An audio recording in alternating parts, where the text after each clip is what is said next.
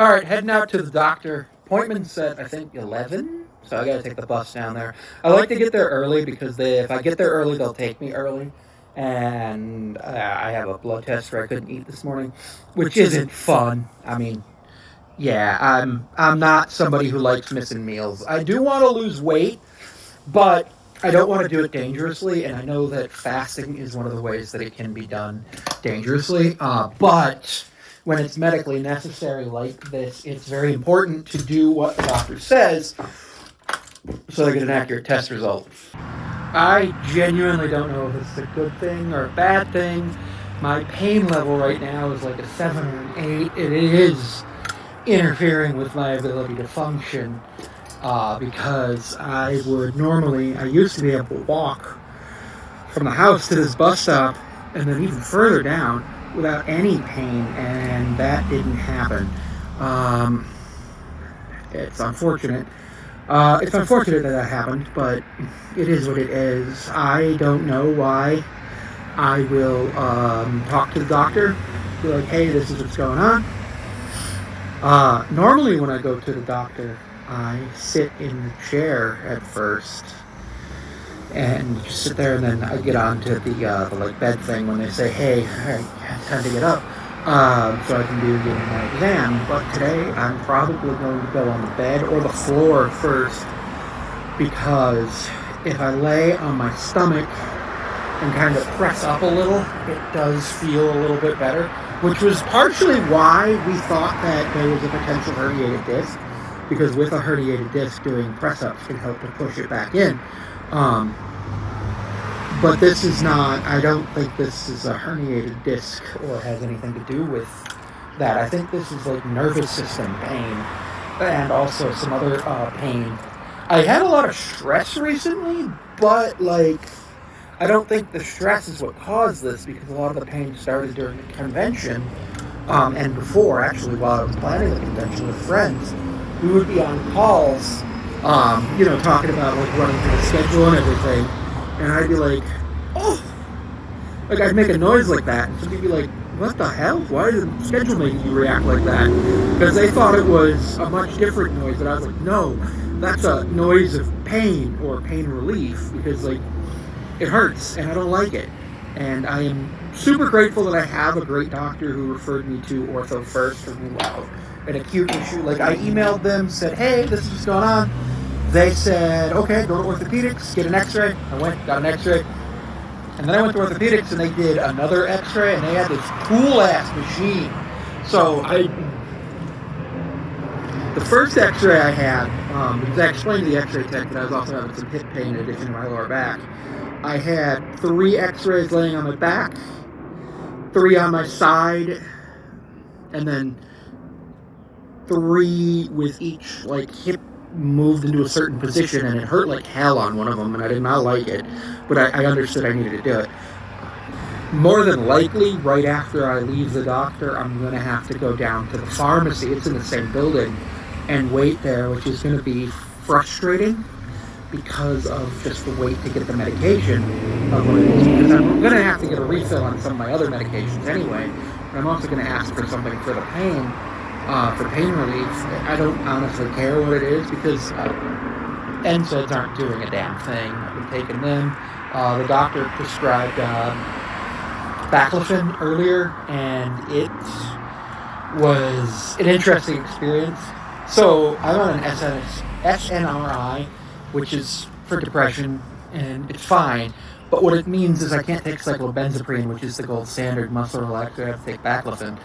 And that medication made me feel like I had a hangover, which is really interesting because it's actually a treatment for alcohol withdrawal.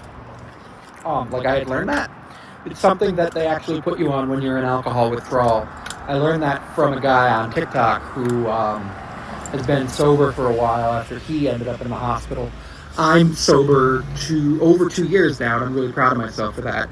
But I still unfortunately, I still call myself an alcoholic because I still have cravings. And I know that, like, in certain situations, I probably would need somebody to help me make the right decision, which would be to not drink alcohol. Like, a couple of my friends are going to a festival or something, And they were like, "You're not invited." And I was like, "Oh, why?" And they were like, "Because there's going to be a lot of drinking and you're a recovering alcoholic." And I'm like, "You know what? Thank you. Next time, could you like maybe explain it that way?" And they're like, "Yeah, sorry, that was kind of rude to just say, oh, you're not allowed to go." Ended up going to the doctor. Normally, I sit down in the chair at the doctor, so I was using the cane. I walked from the bus stop to the doctor, which is about, okay, on a normal day, it's a 6 minute walk, 8 minutes if traffic's bad because I got to cross four streets. So it took me 15, which was not fun. And I walk in, and the doctor's on the second floor. There's elevators because obviously it's a doctor's office. They have to. And I nearly fall down and collapse into the wall. I grab the wall, pull myself up. I'm like, okay, we're good. We're good. I walk over to the elevator. Walk up to the doctor. I'm like, hi, I'm here for my appointment. They're like, okay, cool. Would you like a water? Fill out all the paperwork. I'm like, yep. Like, sign here, blah, blah, blah. I'm like, okay, can I go to the bathroom, please? They're like, yep. I go to the bathroom.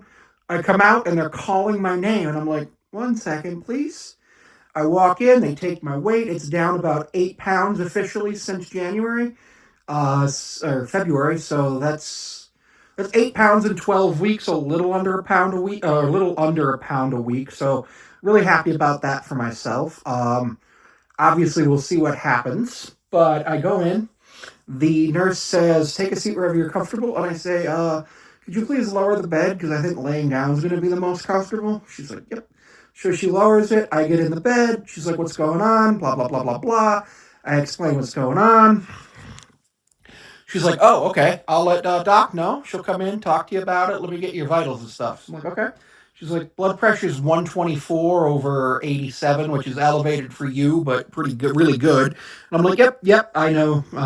Actually, I was in a bus crash a couple weeks ago, and I was like still 139 over 98 at the dentist, which I have true dentophobia too. So my blood pressure has always been really good. She takes my temperature, it's like 97. She does my pulse, it's in the 80s. Takes my pulse ox, it's like 98. Everything's good, and I'm like, okay, cool. Asks me what my pain, I'm like, it's like a. Actually, no, she didn't ask me what my pain because she saw the physical effects of it. Doctor comes in and says, okay, so this is what's going on. Blah, blah, blah, blah, blah. Let's go over the first concern first, which is what your follow up here for. She said, okay.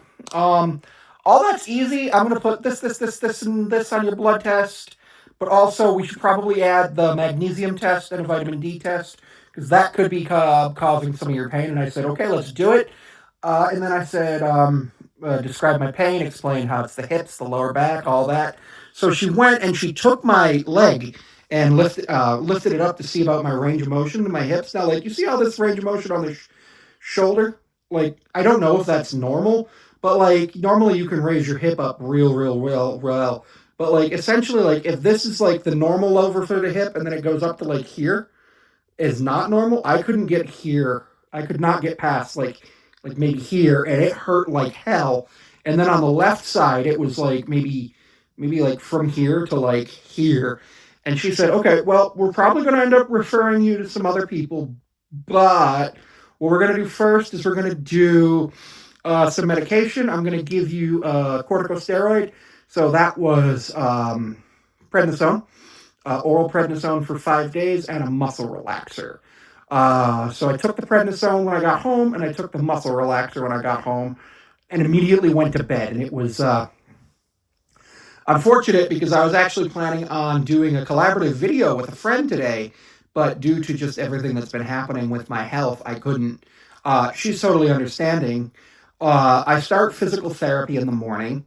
I am absolutely excited to start physical therapy because I do believe that they're going to at least evaluate and figure out what the heck might be going on. And on top of that, they can also be like, "Are you using the cane correctly?"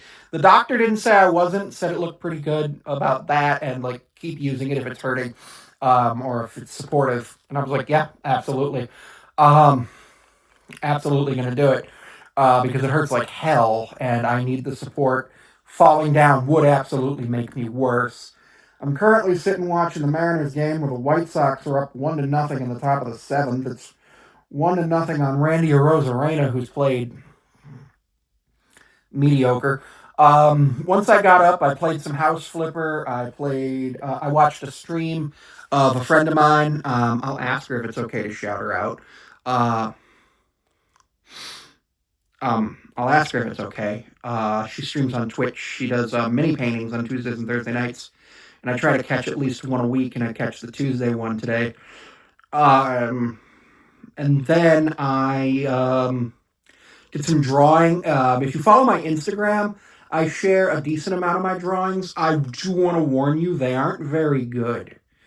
But I have fun with it, and I like sharing it so that it's a place where I can be like, hey, look at my progress. Or I can look back like, oh, this is how it was a year ago. This is how it was 5 years ago. I just started drawing like a month ago.